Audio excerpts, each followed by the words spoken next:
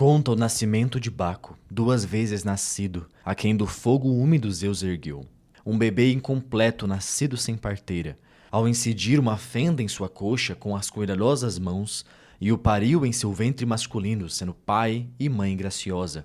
E bem ele se lembrou de outro nascimento, quando sua própria cabeça gerou, carregando a incrível massa estéril na gestante têmpora, até que ele concebeu Atena cintilante com sua armadura. Trazei-me o funcho, chacoalhai os símbolos, ó musas, e colocai em minha mão o tiço de Dionísio que eu canto.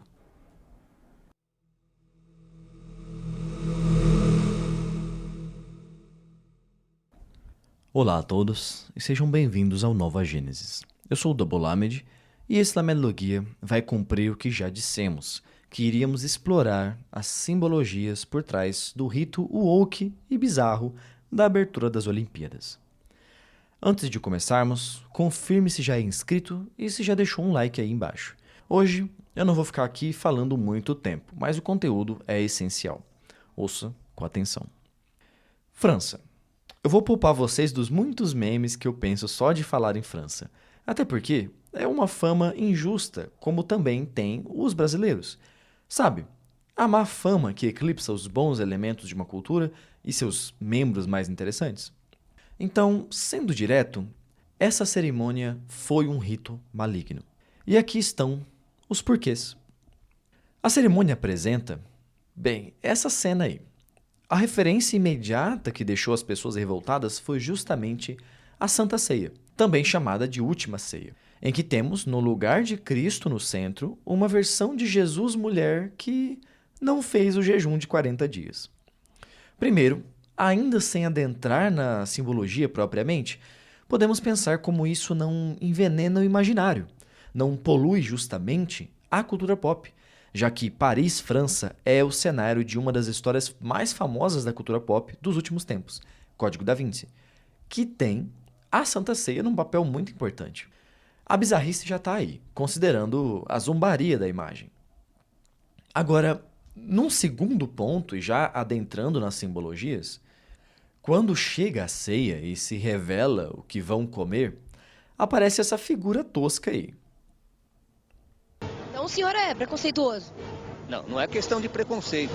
Eu não gosto de gente dessa cor. Essa cor me irrita, é diferente da minha. Essa cor me irrita profundamente.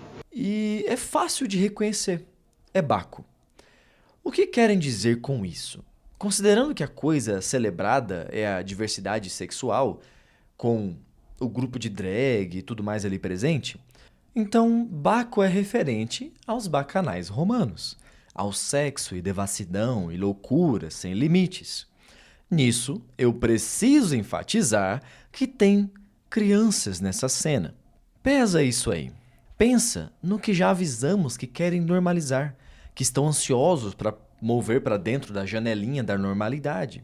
Enfim, Baco. Os bacanais foram um dos grandes problemas de Roma. O cristianismo desestabilizou o império, mas os cultos a Baco eram um dos grandes problemas de Roma, sociais e espirituais. A relação com o movimento LGBT... Bem, vocês podem ligar os pontos nisso aí, né? Terceira simbologia, indo mais fundo ainda. Baco é o equivalente romano de Dionísio. O que pode significar Dionísio como a comida? Algo muito pior do que a maioria desconfia. E nisso você nota a furtividade dessa simbologia. Nos mitos órficos, Dionísio I era Zagreu, ou Zagreus, que foi morto pelos titãs, despedaçado em 1000 pedaços e então comido por eles. Nisso, Zeus destruiu os titãs e recuperou o coração de Zagreu. Depois, misturou ele num vinho, deu para Semele beber e com isso ela engravidou. Ela gestou esse novo deus por um tempo. Depois, Zeus gestou o restante, pois ela morreu vendo a forma verdadeira de Zeus. Enfim, a história é bem interessante, mas basicamente, Dionísio é Zagreus reencarnado. Os mitos órficos, então, contam que da poeira dos titãs nasceram os homens. Assim, o homem tem corpo de titã e a essência dele é Dionísio. Então, os ritos órficos teriam o objetivo de liberar a parcela dionisíaca do ser humano. E o próprio teatro grego tinha esse mesmo propósito. todos os atores eram Dionísio, como apresentava Nietzsche. Vou ler um sumário de um capítulo de O Nascimento da Tragédia, de Nietzsche, só para vocês verem que curioso. Abre aspas. Estamos familiarizados com a ideia de que um ator desempenha um papel, assumindo as qualidades de seu personagem e fingindo viver no mundo da peça.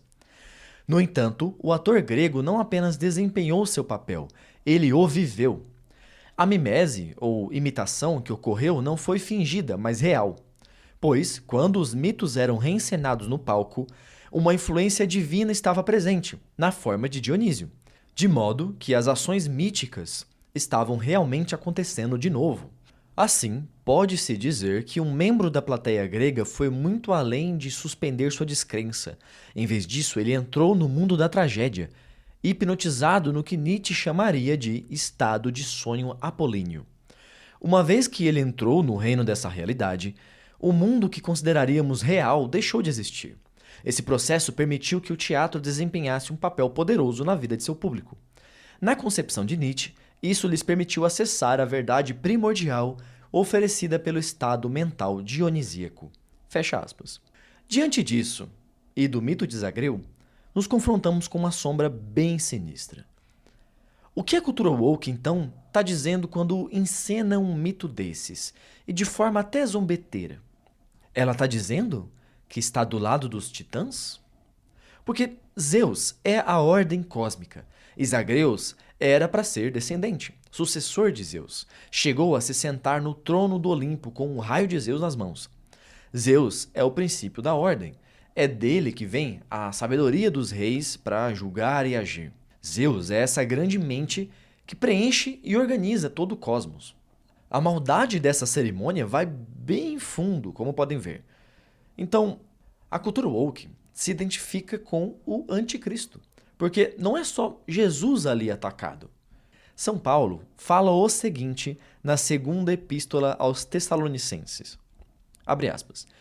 Ninguém de maneira alguma vos engane, porque não será assim sem que antes venha a apostasia e se manifeste o homem da iniquidade, o filho da perdição, o qual se opõe e se levanta contra tudo o que se chama Deus ou se adora. Fecha aspas. Percebem? Tudo que se chama Deus ou que é objeto de culto. O cristianismo é confrontado ali porque é o grande inimigo dessa cultura, mas todos os deuses ali são profanados, junto da própria essência da humanidade, na forma de Zagreus Dionísio. E os woke, sabendo ou não, estão dizendo: nós estamos do lado do caos, das forças que querem desfazer a ordem, desfazer a existência. Somos inimigos de Zeus e sua prole, inimigos da grande mente ordenadora. E eu disse, eles sabendo ou não, mas quem organizou isso aí sabe. Com certeza sabe. Tanto sabe que o efeito foi palpável. No dia seguinte, Paris, que é chamada de Cidade Luz, foi tomada por um apagão. Os preguiçosos e covardes podem chamar de coincidência, mas quem está praticando ler a linguagem da sincronicidade pode ver o sinal da escuridão titânica, das forças rejeitadas da criação ordenada de Zeus. E tudo feito da forma mais diabólica possível, com sorrisinhos, com coraçõezinhos, com discurso de amor e liberdade. E ainda pensando na filosofia de Nietzsche, podemos lembrar do que Zaratustra afirma, que o homem é uma corda estendida entre o animal e o super-homem, ou o verme e o super-homem. Interessante que o animal ou o verme seria o que veio antes da humanidade, assim como os titãs são a força que vem antes dos deuses do Olimpo. E, em certo momento, quando Zaratustra apresenta esse homem animalesco, curiosamente chamado por ele de o último homem, o público pede por esse último homem, assim como essa cultura de hoje pede. Vamos ler um trecho de Assim Falou Zaratustra para deixar isso claro. Abre aspas. Ai de nós! Aproxima-se o tempo em que o homem já não dará à luz nenhuma estrela. Ai de nós! Aproxima-se o tempo do homem mais desprezível, que não sabe desprezar a si mesmo. Vede, eu vos mostro o último homem. Que é amor? Que é criação? Que é anseio? Que é estrela? Assim pergunta o último homem e pisca o olho. A terra se tornou pequena, então nela saltita o último homem, que tudo a pequena. Sua espécie é inextinguível como o pulgão. O último homem é o que tem vida mais longa. Nós inventamos a felicidade, dizem os últimos homens, e piscam o olho. Eles deixaram as regiões onde era duro viver, pois necessita-se de calor. Cada qual ainda ama o vizinho e nele se esfrega, porque necessita-se de calor. Adoecer e desconfiar é visto como pecado por eles. Anda-se com toda a atenção. Um tolo quem ainda tropeça em pedras ou homens. Um pouco de veneno de quando em quando, isso gera sonhos agradáveis. E muito veneno por fim, para um agradável morrer. Ainda se trabalha, pois trabalho é distração, mas cuida-se para que a distração não canse. Ninguém mais se torna rico ou pobre, ambas as coisas são árduas. Quem deseja ainda governar? Quem deseja ainda obedecer? Ambas as coisas são árduas. Nenhum pastor e um só rebanho. Cada um quer o mesmo, cada um é igual. Quem sente do outro modo vai voluntariamente para o hospício. Outrora o mundo inteiro era doido, dizem os mais refinados e piscam o olho. São inteligentes e sabem tudo o que ocorreu, então sua zombaria não tem fim. Ainda brigam, mas logo se reconciliam, de outro modo estraga-se o estômago.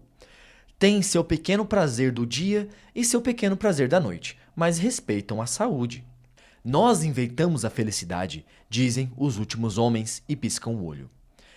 E aqui findou o primeiro discurso de Zaratustra, que é chamado de prólogo, pois nesse ponto interromperam-no os gritos e o júbilo da multidão.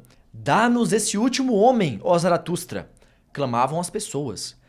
Torna-nos como esse último homem. Fecha aspas. Assim falou Zaratustra, página 16 e 17. Eu vou ficando por aqui. Este foi mais um Lamerlogia. Nova Gênesis agradece a sua audiência e até a próxima.